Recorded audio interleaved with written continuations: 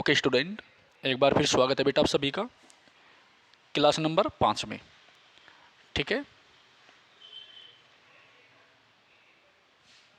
बेटा, ये जो क्लास हमारी ये काफ़ी महत्वपूर्ण है और अब तक हमारी 4 क्लास आ चुकी है। ठीक है, जिसमें हमने 100 क्वेश्चन करे हुए हैं और ये सारे के सारे क्वेश्चन आपके जो है 2020 से लेकर के 2023 PYQ है, जो टोटली SSC के द्वारा पूछे गए हैं बेटा। ठीक है, तो चलिए शुरू करते हैं। देखिए पहला क्वेश्चन हमारा, इसके बाद का 101वां क्वेश्चन। भारतीय संविधान का अनुच्छेद 22 निम्नलिखित में से किस से संबंधित है? अनुच्छेद 22 किस से संबंधित है? ठीक है, तो निवारक नज़रबंदी से संबंधित है। ठीक है, किससे संबंधित है? निवारक नज़रबंदी से संबंधित है। ठीक है बेटा, तो अनुच्छेद 22 में कुछ निश्चित मामलों में गिरफ्तारी और निवारक निरोध के विरुद्ध संरक्षण का उल्लेख मिलता है। अनुच्छेद 22 में कुछ निश्चित मामलों में गिरफ्तारी और निवारक निरोध नज़रबंदी के विरुद्ध संरक्षण का उल्लेख मिलता है। अनुच्छेद 22 में 2 प्रकार की गिरफ्तारियों का उल्लेख किया गया है। पहले नंबर की क्या है? सामान्य दंडिक विधि के अधीन, सामान्य दंडिक विधि के अधीन अनुच्छेद 22 क्लोज 1 तथा 22 क्लोज 2 तक है, यानी सामान्य दंड। दूसरा है निवारक निरोध यानी नज़रबंदी, तो निवारक निरोध को जो है हम नज़रबंदी कहते हैं। ठीक है, तो निवारक निरोध यानी नज़रबंदी के अधीन अनुच्छेद 22 क्लोज 3 से अनुच्छेद 22 क्लोज 7 तक है। ठीक है,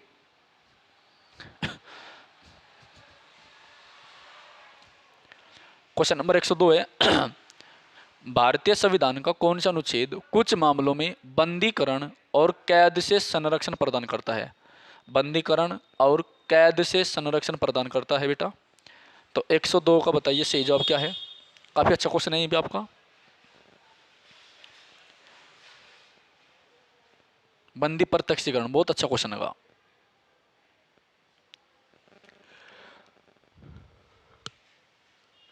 तो आर्टिकल आपका 22 है। ठीक है, भारतीय संविधान का आर्टिकल 22 गिरफ्तार किए गए व्यक्ति के अधिकार और स्वतंत्रता से संबंधित है। गिरफ्तार किए गए व्यक्ति को निम्नलिखित अधिकार प्राप्त है। नंबर 1, गिरफ्तारी का कारण जानने का अधिकार है उसे। अगर हम किसी को अरेस्ट करते हैं तो उसे ये बताएंगे कि हमने उसको अरेस्ट क्यों किया। ठीक है, उसके बाद दूसरा है अपनी रुचि के अधिवक्ता से परामर्श एवं बचाव का अधिकार दिया गया है।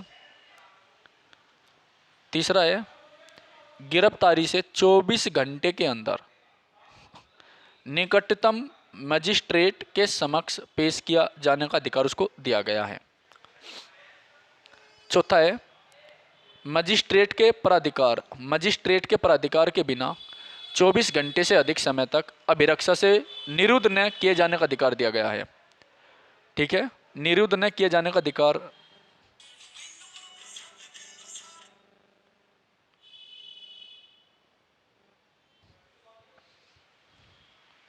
ठीक है भाई, देखिए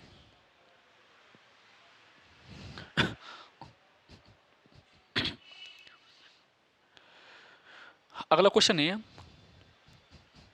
103। भारत के संविधान का निम्नलिखित में से कौन सा अनुच्छेद कुछ दशाओं में गिरफ्तारी और निरोध से संरक्षण प्रदान करता है? कुछ दशाओं में गिरफ्तारी और निरोध से संरक्षण प्रदान करता है। भारत के संविधान का निम्नलिखित में से कौन सा अनुच्छेद कुछ दशाओं में गिरफ्तारी और निरोध से संरक्षण प्रदान करता है? ठीक है, तो आर्टिकल 22 इसका सही जवाब है। ठीक है, याद रखना।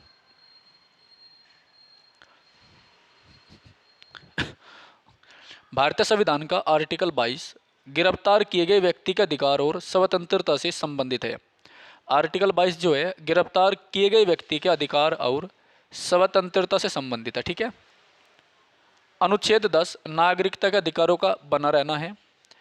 अनुच्छेद 35 अस्पृश्यता के संबंध में संसद को कानून बनाने की शक्ति दी गई है। 35 क्या कहता है? अस्पृश्यता मतलब छुआछूत के संबंध में कानून बनाने की जो शक्ति है वो किसको दी गई है? संसद को। बेटा याद रखना, बहुत इंपॉर्टेंट है। ठीक है। देखो सारे आर्टिकल मैंने आपसे पूछे थे और मैं कल भी पूछूंगा एक छात्र से। आर्टिकल 10 में क्या है, नागरिकता के अधिकारों का बना रहना है। 35 में क्या है, अस्पृश्यता, जो कि आर्टिकल 17 में है। इसके संबंध में संसद को कानून बनाने की शक्ति दी गई है, ठीक है। नेक्स्ट है 104, भारतीय संविधान में उल्लेखित निम्नलिखित में से कौन सा कथन धर्म की स्वतंत्रता के अधिकार के संबंध में असत्य है। धर्म की स्वतंत्रता, किसकी, धर्म की स्वतंत्रता के अधिकार के संबंध में असत्य है, ठीक है।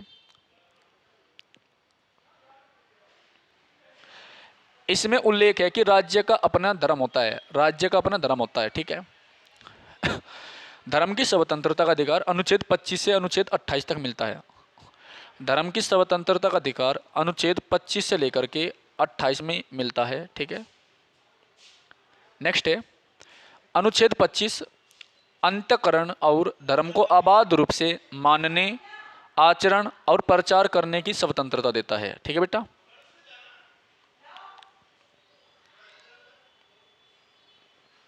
एक सौ पांचवा देखिए,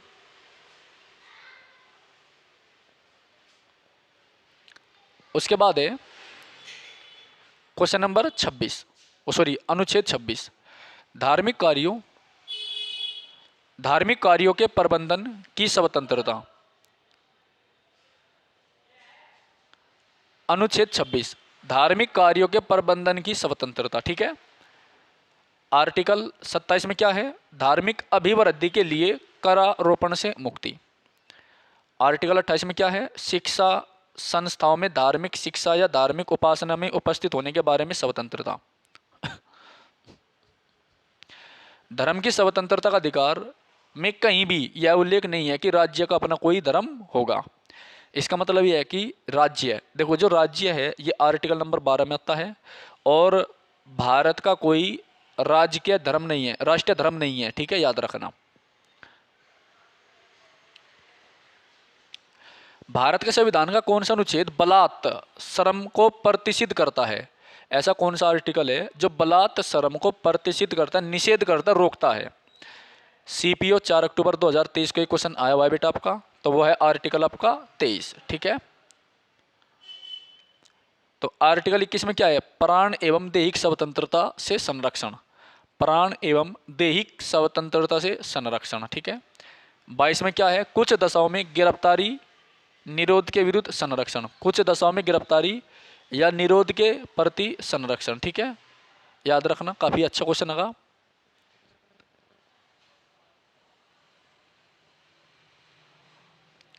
उसके बाद है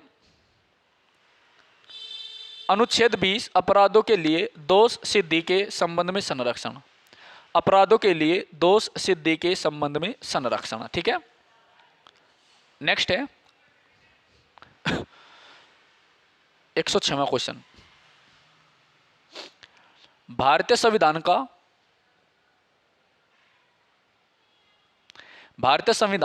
निम्नलिखित में से कौन सा अनुच्छेद जबरन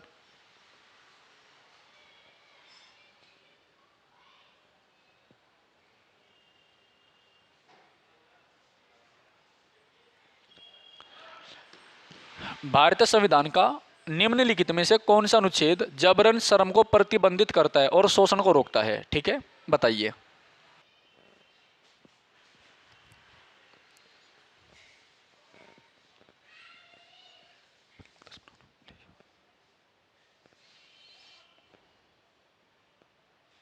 ओके, देखिए भाई,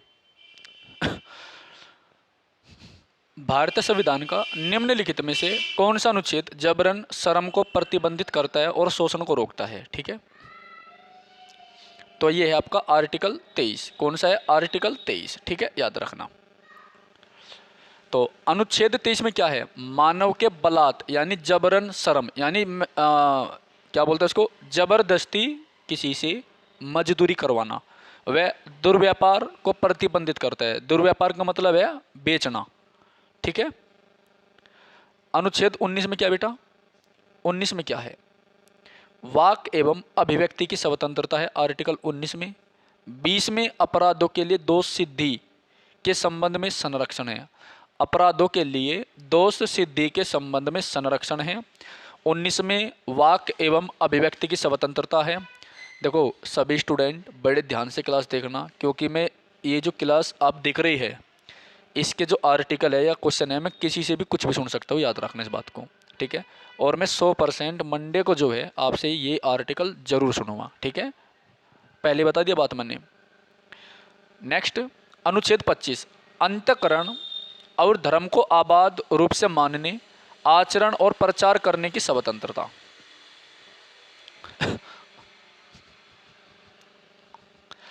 भारत के संविधान का निम्नलिखित में से कौन सा अनुच्छेद मानव तस्करी के निषेध को मौलिक अधिकार घोषित करता है?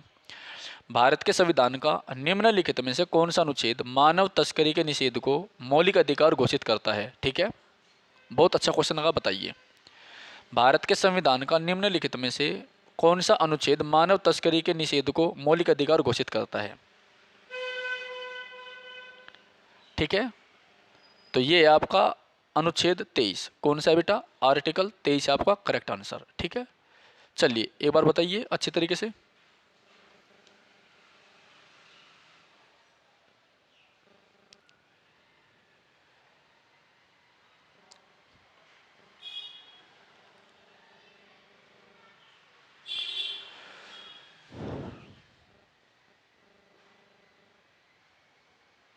ओके, तो आर्टिकल 23 इसका करेक्ट आंसर है बेटा। भारतीय संविधान का अनुच्छेद 23 मानव तस्करी के निषेध को मौलिक अधिकार घोषित करता है। जो मानव तस्करी होती है, ह्यूमन ट्रैफिकिंग जो होती है, उसको निषेध घोषित करता है, ठीक है, याद रखना, काफी अच्छा क्वेश्चन होगा। ओके,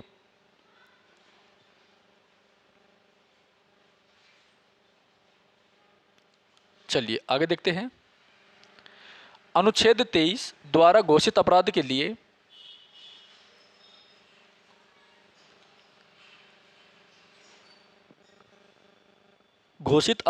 संविधान के आर्टिकल 35 के अंतर्गत संसद को दंड विहित करने के लिए कानून बनाने की शक्ति प्रदान करी गई है। ठीक है, देखो यहाँ पर दो बात याद रखना। जैसे आर्टिकल 17 में अस्पृश्यता यानी छुआछूत को ख़त्म किया गया है, और उसको ख़त्म करने के लिए आर्टिकल 35 जो है संसद को शक्ति देता है इस बारे में कानून बनाने की। आर्टिकल 23 के द्वारा जो ह्यूमन ट्रैफिकिंग होती है इसको रोकने के लिए, ठीक है, आर्टिकल 35 के द्वारा संसद कानून बना सकती है। ठीक है, बहुत इंपॉर्टेंट है। ओके, क्वेश्चन नंबर 108 है, भारतीय संविधान के निम्नलिखित में से किस अनुच्छेद में यह विचार है कि 14 वर्ष से कम आयु के किसी भी बच्चे को किसी भी कारखाने, खान या अन्य कोई खतरनाक काम करने के लिए नहीं लगाया जाना चाहिए? किसमें बेटा? तो वह आर्टिकल 24, कौन सा है? आर्टिकल 24, ठीक है, याद रखना। ओके, चलिए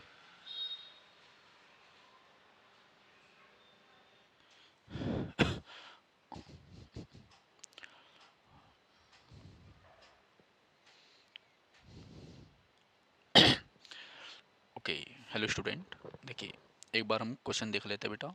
108वां, तो भारतीय संविधान के निम्नलिखित में से किस अनुच्छेद में यह विचार है कि 14 वर्ष से कम आयु के किसी भी बच्चे को किसी भी कारखाने में, खान में या अन्य किसी खतरनाक जगह काम करने के लिए नहीं लगा जाएगा? तो किस आर्टिकल में है? तो वो आर्टिकल है आपका 24। कौन सा आर्टिकल है बेटा? 24, ठीक है, याद रखना। इंपॉर्टेंट क्वेश्चन है, ये काफ़ी इंपॉर्टेंट है। ठीक है, चलिए अगला क्वेश्चन देखते हैं। तो अनुच्छेद 24 में क्या है?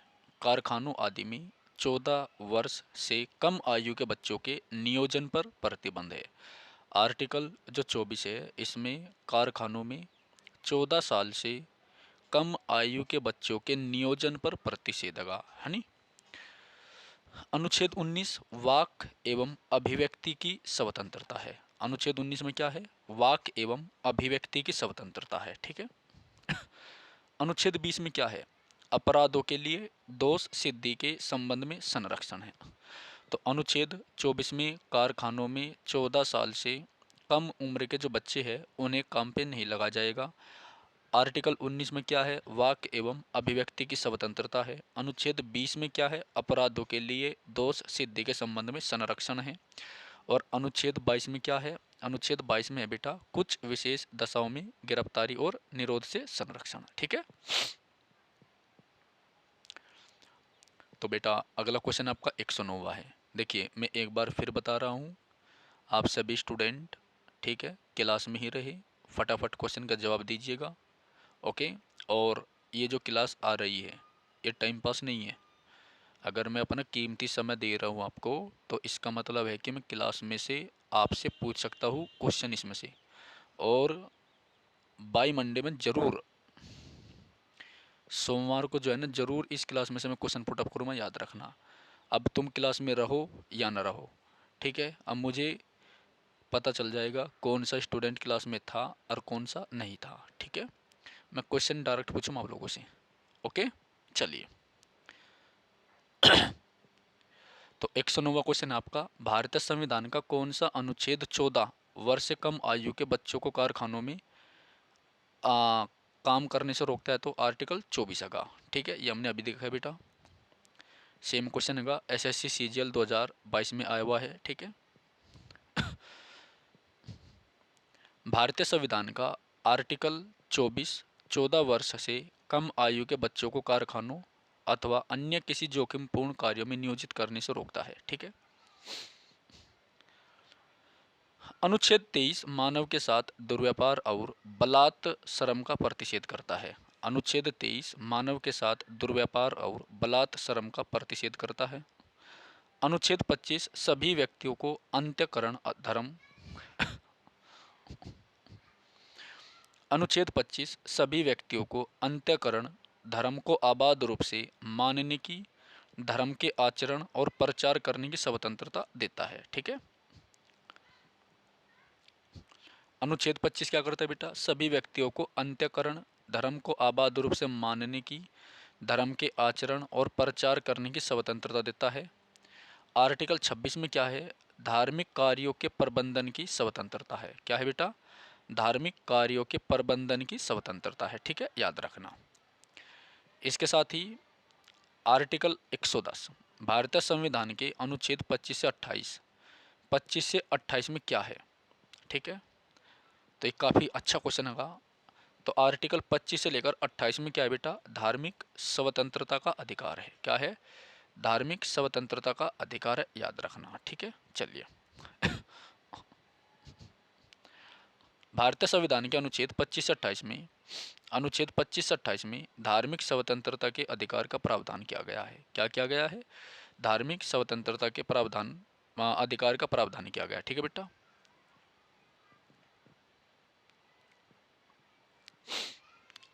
इसके बाद देखो 25 से 28 में क्या है, धार्मिक स्वतंत्रता का अधिकार है। आर्टिकल 14 से 18 में क्या है, समानता का अधिकार है। आर्टिकल 14, 15, 16, 17, 18 में क्या है, समानता का अधिकार है। स्वतंत्रता का अधिकार है 19 से 22 तक। आर्टिकल 19, 20, 21 और 22 जो है स्वतंत्रता से संबंधित है। तो समानता से 14 से 18 हो गया, धर्म की स्वतंत्रता 25 से 28 हो गया, स्वतंत्रता 19 से 22 हो गया, शोषण 23 और 24 हो गया।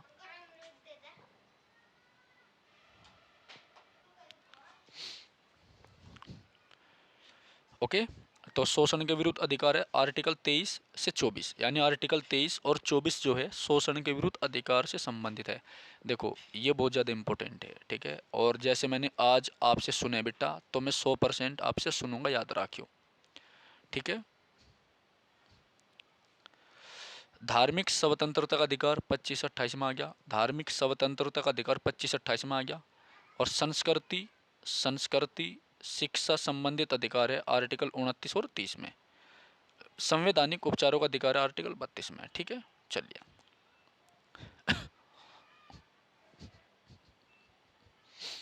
निम्नलिखित में से किस अनुच्छेद में अंतःकरण, किस आर्टिकल में अंत्यकरण की और धर्म को आबाद रूप से मानने, आचरण और प्रचार करने की स्वतंत्रता का उल्लेख है? तो वह बेटा आर्टिकल 25 में। किस में है, आर्टिकल 25 में। अंतःकरण की और धर्म को आबाद रूप से मानने की। अंतःकरण का मतलब अपनी आत्मा से, अपने मन से, ठीक है, किसी भी धर्म को आप आज़ादी पूर्वक मना सकते हैं, मान सकते हैं, ठीक है। तो ये उल्लेख किस में है? आर्टिकल 25 में है, ठीक है। तो संविधान का अनुच्छेद 25 अंतःकरण की धर्म को आबाद रूप से मानने, आचरण करने, प्रचार करने की आज़ादी देता है, ठीक है। आर्टिकल 26 में क्या है? धार्मिक कार्यों के प्रबंधन की स्वतंत्रता। आप धार्मिक कार्यों को स्वतंत्र रूप से कर सकते हैं, ठीक है। धार्मिक कार्यों के प्रबंधन की स्वतंत्रता, ठीक है, याद रखना। जैसे कि ये राम मंदिर का अभी उद्घाटन होगा 22 तारीख को, तो ये उद्घाटन भी आपका आर्टिकल 26 का भाग है, याद रखियो। अनुच्छेद 27 किसी विशिष्ट धर्म की अभिवृद्धि के लिए करों के संदाय के बारे में स्वतंत्रता है। अनुच्छेद 28 कुछ शिक्षा संस्थाओं में धार्मिक शिक्षा या धार्मिक उपासना में उपस्थित होने के बारे में स्वतंत्रता दी गई है बेटा, ठीक है।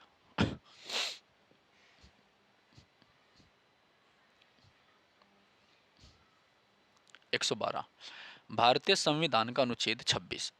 भारतीय संविधान का अनुच्छेद 26 भारतीय संविधान का अनुच्छेद 26 निम्नलिखित में से क्या है, किससे संबंधित है, ठीक है।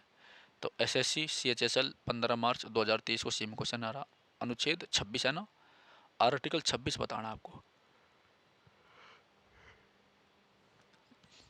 तो क्या है?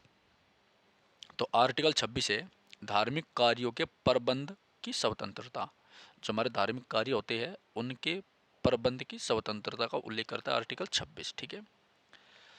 तो संविधान के अनुच्छेद 26 के अंतर्गत धार्मिक कार्यों के प्रबंधन की स्वतंत्रता दी गई है बेटा। संविधान के अनुच्छेद 26 के अंतर्गत धार्मिक कार्यों के प्रबंधन की स्वतंत्रता दी गई है, ठीक है बेटा, याद रखियो। काफ़ी अच्छा क्वेश्चन होगा भैया, ठीक है। एक बार सभी स्टूडेंट चैनल को सब्सक्राइब कर दीजिए और सभी स्टूडेंट क्लास को लाइक करें, कमेंट करें, क्लास का फीडबैक दीजिए एक बार, ठीक है। मैं फिर बता रहा हूँ, जो जो भी स्टूडेंट क्लास देख रहे हैं वे सारे के सारे जो है कमेंट कर जरूर करें, ठीक है।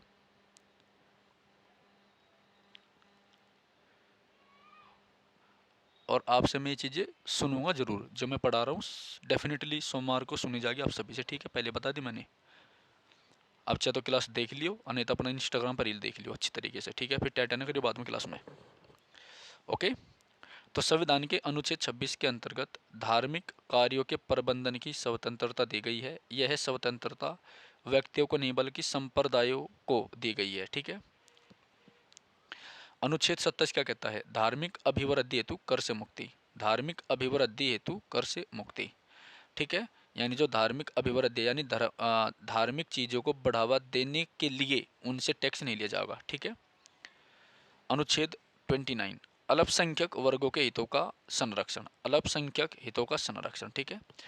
देखो ये जो आर्टिकल 27 है ना, इसका ज़्यादा उल्लंघन होता है, क्योंकि बहुत सारे ऐसे आजकल टाइम पर जो आदमी होते हैं, बड़े बड़े जो उद्योगपति होते हैं, वो क्या करते हैं, वो एक धार्मिक ट्रस्ट बना लेते हैं।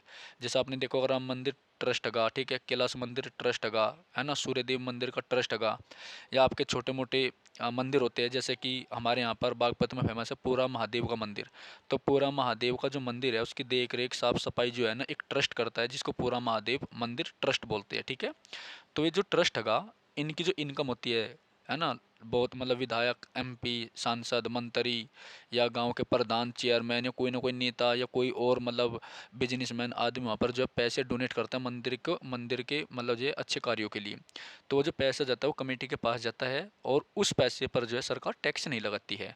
तो ज़्यादातर जो उद्योगपति होते हैं वो एक ट्रस्ट बनवा ले और उसमें अपना सारा सारा जो ब्लैक माल होता है, पैसे होते हैं, उसको जमा करते रहते हैं और टैक्स की चोरी करते हैं, ठीक है। चलिए आगे बढ़ते हैं। अनुच्छेद 29 अल्पसंख्यक वर्गों के हितों का संरक्षण है, ठीक है।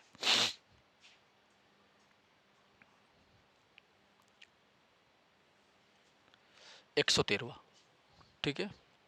भारतीय संविधान का कौन सा अनुच्छेद अपने धर्म विषयक कार्यों को प्रबंध करने की स्वतंत्रता देता है? देखो यही आर्टिकल जो 3 बार पूछ लिया सेम बिल्कुल। तो आर्टिकल 26 का, तो अपने धर्म के प्रबंधन की स्वतंत्रता देता है आर्टिकल 26। ठीक है, ओके बेटा, चलिए आगे बढ़ते हैं। देखो यही आर्टिकल आपका 3-4 बार आ लिया। ठीक है, और अगर आप दिमाग से अपनी क्लास को देखेंगे बेटा, इसी क्लास में आपका सब कुछ याद हो जाएगा। ठीक है ना।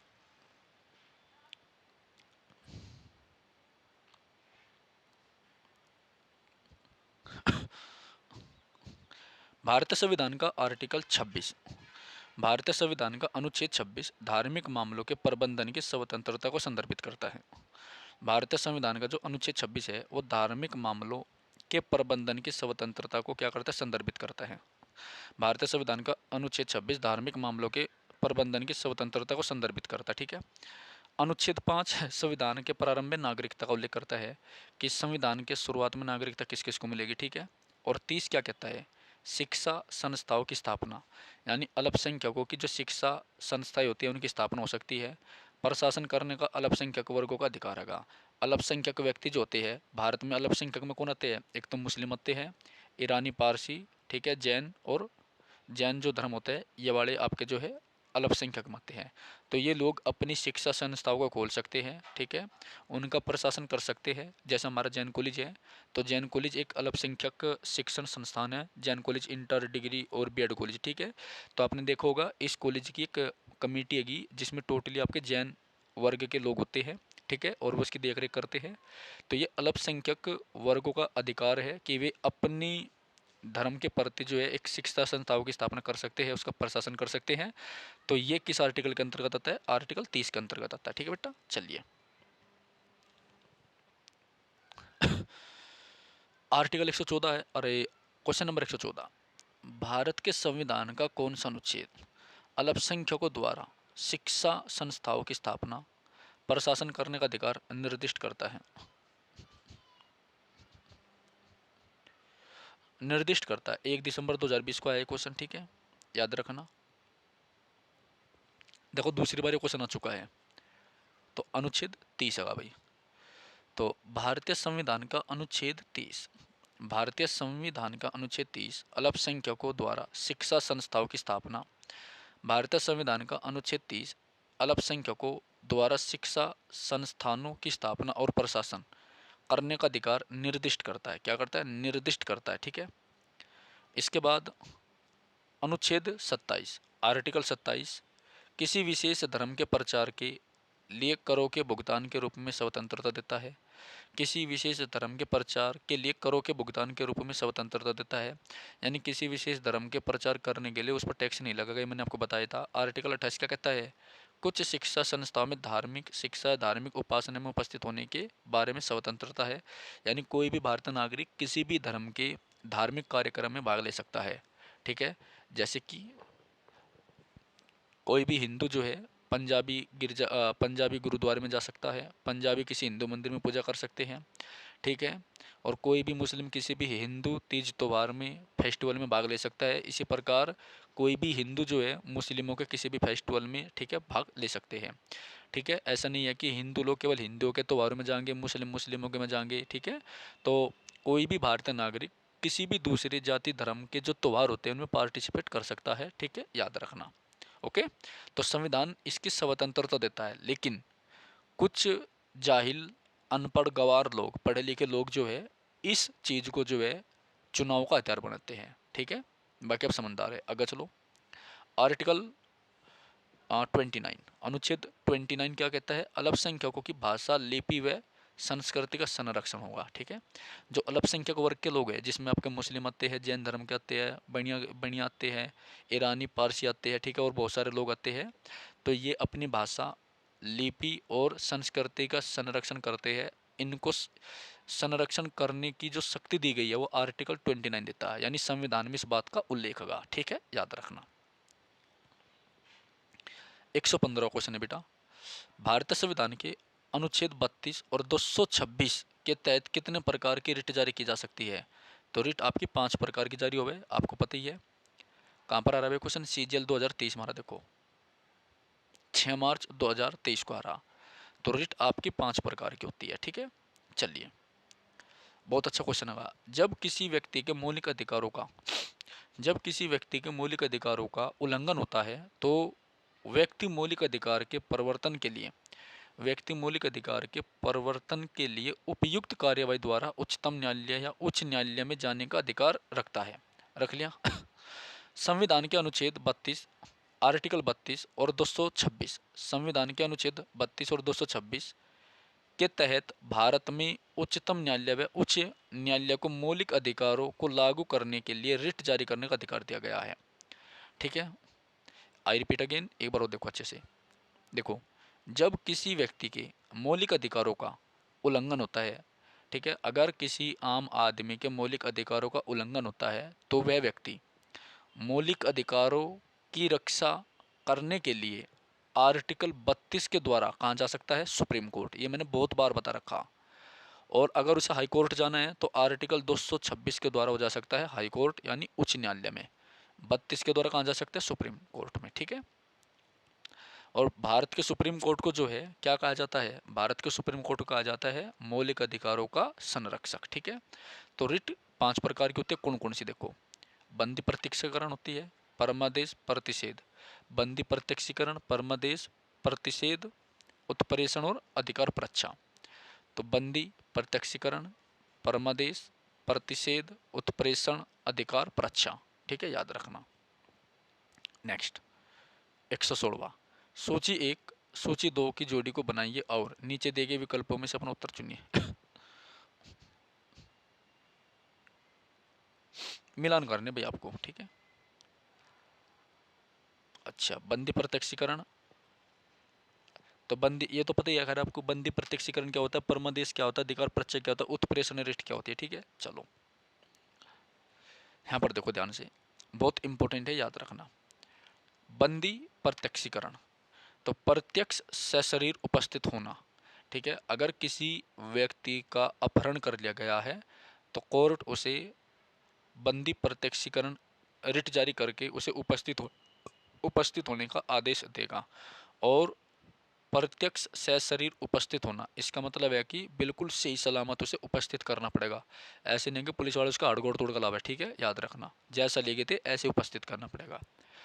परमादेश, परमादेश का मतलब आदेश देना होता है। तो बंदी प्रत्यक्षीकरण मतलब प्रत्यक्ष सशरीर उपस्थित होना है। परमादेश आदेश देना होता है। अधिकार परीक्षा क्या होता है? दावे की वैधता की जांच करना। अधिकार परीक्षा क्या होता है बेटा? दावे की वैधता की जांच करना, ठीक है। और उत्प्रेषण होता है प्रमाणित किया जाना। आगे देखो,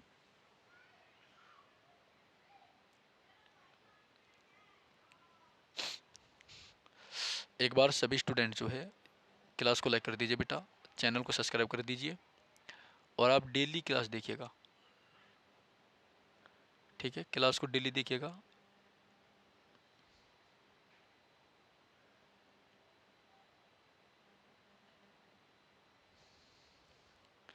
नेक्स्ट है अगला क्वेश्चन 117वां।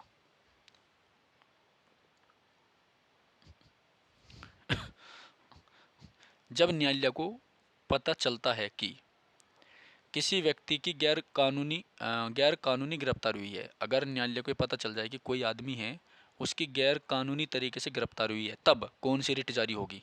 बहुत इंपॉर्टेंट है, याद रखियो। 100% आपसे मंडे को सुनी जाएगी ये, 100%।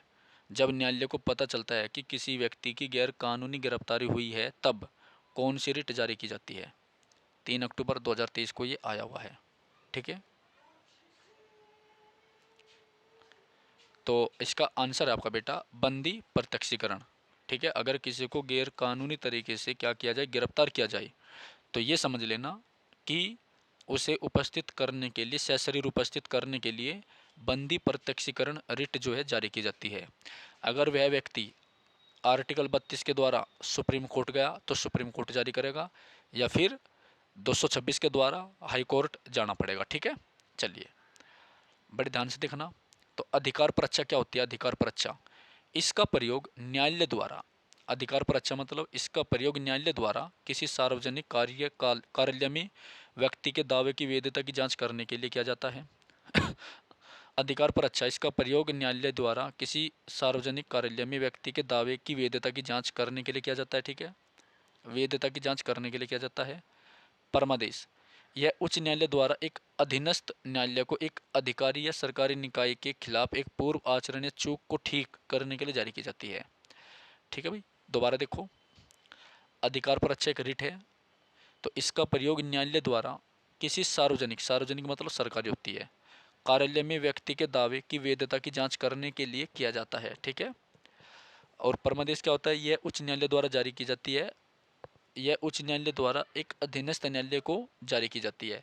यानी जो बड़ा कोर्ट होगा वो छोटे कोर्ट को करेगा, जैसे कि सुप्रीम कोर्ट हाई कोर्ट को कर सकता है, हाई कोर्ट अधीनस्थ न्यायालय या जिला न्यायालय को कर सकती है। ठीक है, क्वेश्चन नंबर 118, भारतीय संविधान का अनुच्छेद खालिस्तान संवैधानिक उपचारों का अधिकार है, तो ये कौन सा आर्टिकल आपको 32 का। ठीक है, तो MTS में आ रहा 10 मई 2023 को, बिल्कुल अपडेट लेटेस्ट क्वेश्चन है बेटा, तो आर्टिकल 32 का आपका। ठीक है, ये मैंने पहले बता दिया था, तो आर्टिकल 32 आपका क्या है, संवैधानिक उपचारों का अधिकार है। ठीक है, अगर किसी भारतीय नागरिक के मौलिक कर्तव्यों का, सॉरी मौलिक अधिकार का उल्लंघन होता है तो वो आर्टिकल 32 के द्वारा कहाँ जा सकता है, सुप्रीम कोर्ट। ठीक है बेटा, तो पहला पॉइंट देखिए क्या है, भारतीय संविधान का अनुच्छेद 32, भारतीय संविधान का अनुच्छेद 32 संवैधानिक उपचारों के अधिकार से संबंधित है। भारतीय संविधान का आर्टिकल 32 किससे, संवैधानिक उपचारों के अधिकार से, संवैधानिक उपचारों के अधिकार से संबंधित है। और आर्टिकल 32 सर्वोच्च न्यायालय में याचिका दायर करने का अधिकार देता है।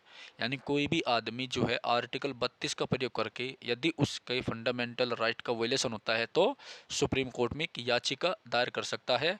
और मैं आपको एक बात और बता दूं, यहाँ पर देखो, जनहित याचिका, जनहित याचिका, जनहित याचिका, जनहित याचिका जो होती है, इसका जनक भारत में कौन है, PN भगवती। कौन है बेटा, PN भगवती। और ये जो कॉन्सेप्ट है आपका कहाँ से ले रखा हमने, USA से, अमेरिका से ले रखा है, जनहित याचिकाओं का कॉन्सेप्ट। ठीक है, तो जिस समय भारत में इसको लागू किया गया था उस समय भारत के चीफ जस्टिस कौन थे, PN भगवती, PN भगवती थे। ठीक है, बहुत इंपॉर्टेंट है। चलिए आगे, अगला है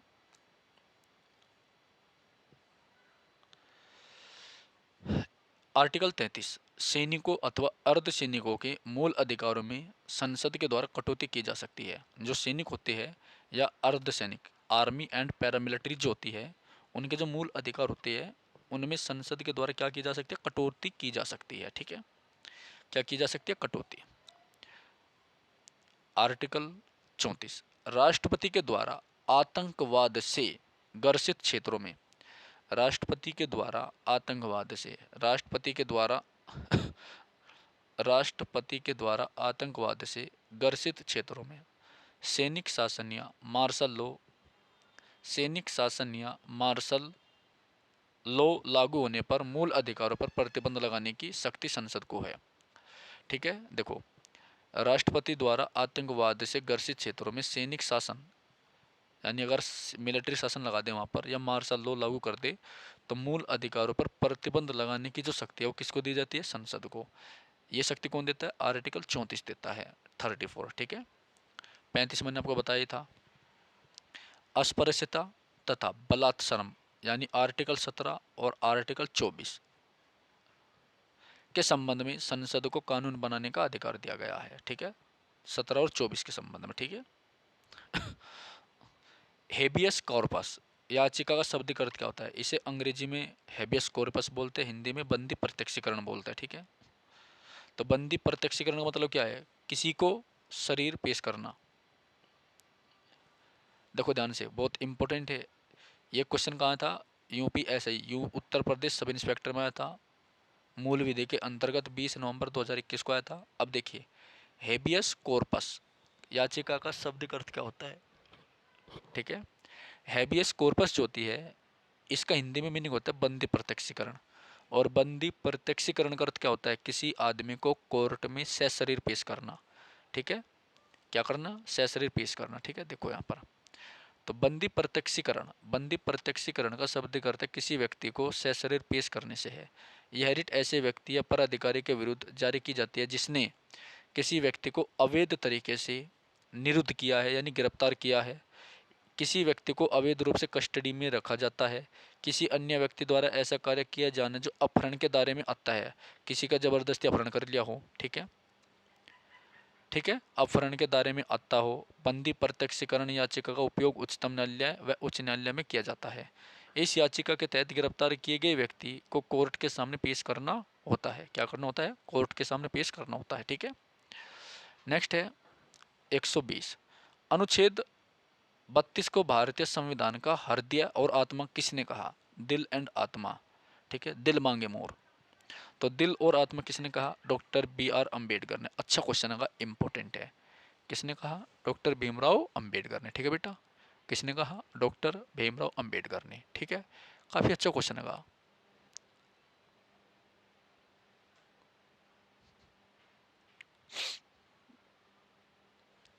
एक बार सभी बालक जो है लाइक कर दीजिए, ठीक है।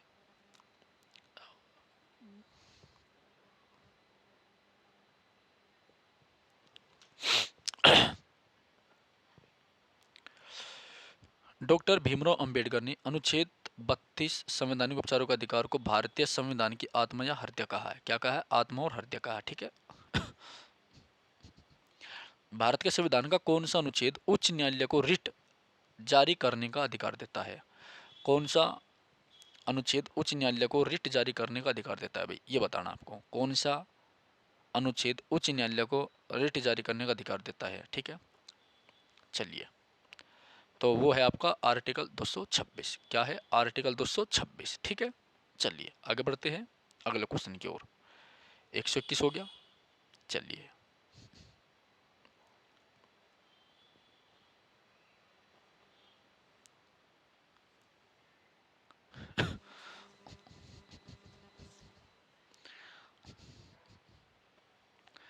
उच्च न्यायालय के पास अनुच्छेद 226 के तहत मौलिक अधिकारों के परिवर्तन के लिए निर्देश, आदेश या रिट जारी करने का क्षेत्राधिकार है, जबकि 32 के द्वारा उच्चतम न्यायालय के पास भी रिट जारी करने का अधिकार है। रिट 5 प्रकार की होती है।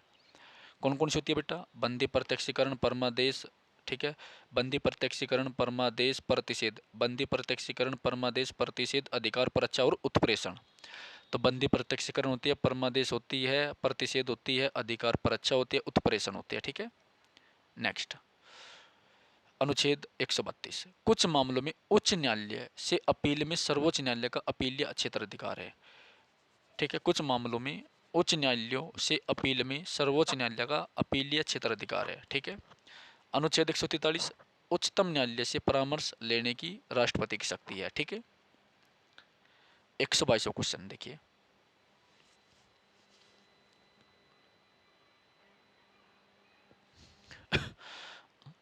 भारतीय संविधान का निम्नलिखित में से कौन सा भाग राज्यों के नीति निदेशक सिद्धांतों से संबंधित है बेटा?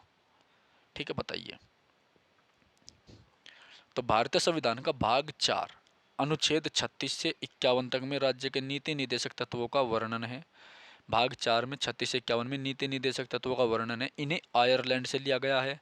राज्य के नीति निदेशक तत्वों को संविधान की अनोखी विशेषता डॉक्टर भीमराव अंबेडकर ने कहा था। तो भाग 4 में तो क्या है? नीति निदेशक तत्व है। भाग 2 में क्या है बेटा? नागरिकता है। भाग 3 में मूल अधिकार है। भाग 5 में संघ का वर्णन है। भाग 5 में क्या है? संघ का वर्णन है, ठीक है। अगला है 123वां। भारतीय संविधान के निम्नलिखित में से कौन सी राज्य के नीति निर्देशक सिद्धांतों की एक विशेषता है? भारतीय संविधान के निम्नलिखित में से कौन सी राज्य के नीति निर्देशक सिद्धांतों की एक विशेषता है? यानी इनमें से नीति निर्देशक सिद्धांतों की विशेषता बतानी है। तो नीति निर्देशक जो सिद्धांत है इनको लागू नहीं किया जा सकता, ठीक है, याद रखना। भारतीय संविधान के भाग 4 में अनुच्छेद 36 से 51 तक राज्य के नीति निर्देशक सिद्धांत है जो कि आयरलैंड से लिए गए हैं, ठीक है। और ये हमेशा सकारात्मक परिवर्तित होते हैं। नीति निर्देशक सिद्धांत क्या होते हैं? हमेशा पॉजिटिव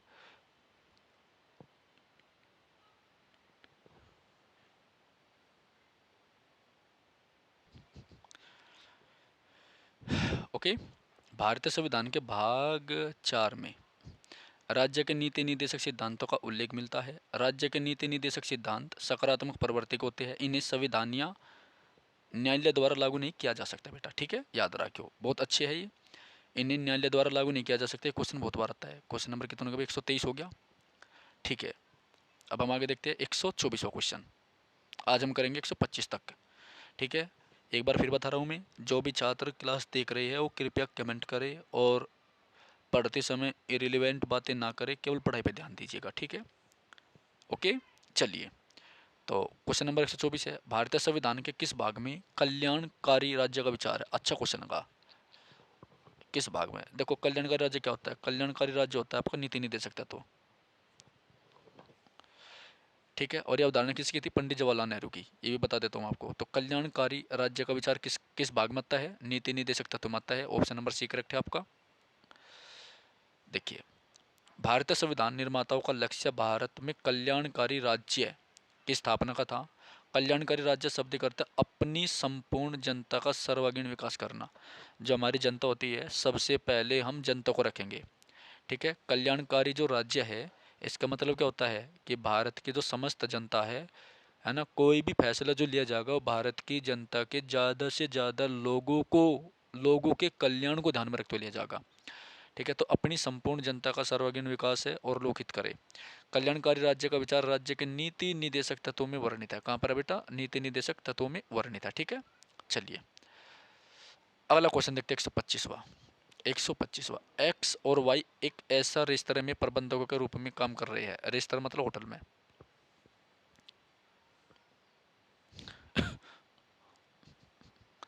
एक्स और वाई ऐसे रेस्तरां के प्रबंधकों के रूप में काम कर रहे हैं, लेकिन उन्हें समान काम के लिए समान वेतन मिलता है।